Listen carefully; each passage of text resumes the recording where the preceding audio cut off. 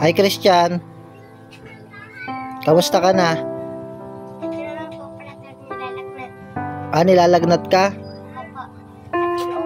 Ay, inuubo ka rin. Kaya kaninang umaga, hindi ka pumunta sa bahay. Hindi ka pala pumasok. Kasi nilalagnat ka.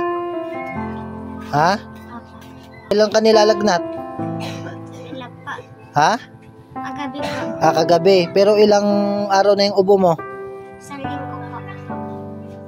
1 linggo? Opo. Tingin nga kung mainit.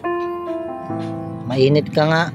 Kaya ako napunta dito kasi gusto kita kamustahin. Magpagaling ikaw ha? Opo. Uminom ka na ba ng gamot?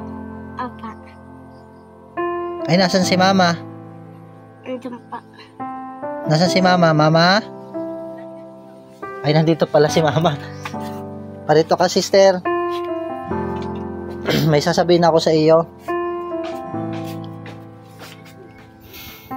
May sakit pala yan si Christian kahit pala hindi pumasok. Opo. Ilang araw na yan inuubo? 1 linggo na po. Ay, 1 linggo. Kailan lang yan nilagnat?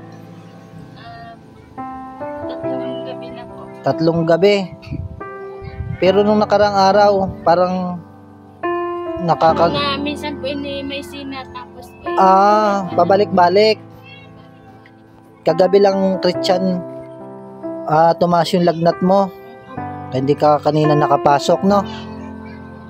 Kaya ako naririto, nanay, kasi meron akong ibibigay sa inyo. Ito ay may nagpapabigay lang, pambili ninyo ng pagkain. Maraming salamat po. Oo. Ako'y nagpapasalamat na po sa hirap ng buhay talaga. Dinadaan na lang ako kahit mahirap ay masaya pa rin. Oo. Ilan ba kayo may sakit? Ay, ano nga po, brother eh. Halos ng mga bata ay lahat eh. Lahat may sakit. Ano po, Ayan ay pambili ninyo ng gamot at bigas. Pagkain ninyo. Tsaka bilhan nyo ito ng gamot si Christian para siya gumaling. Para siya makapasok sa mga susunod na araw. Kaya Christian, pagaling na ikaw Papa. Bibilang ka ni mama ng gamot at pagkain Huwag ka magpapagutom para makapasok ka. Ay sige, ako aalis na kasi may bisita pa ako sa bahay Anong gusto mo, sister, sabihin? Ay, ako po'y labis na natutuwa sa nagbigay po talaga nito.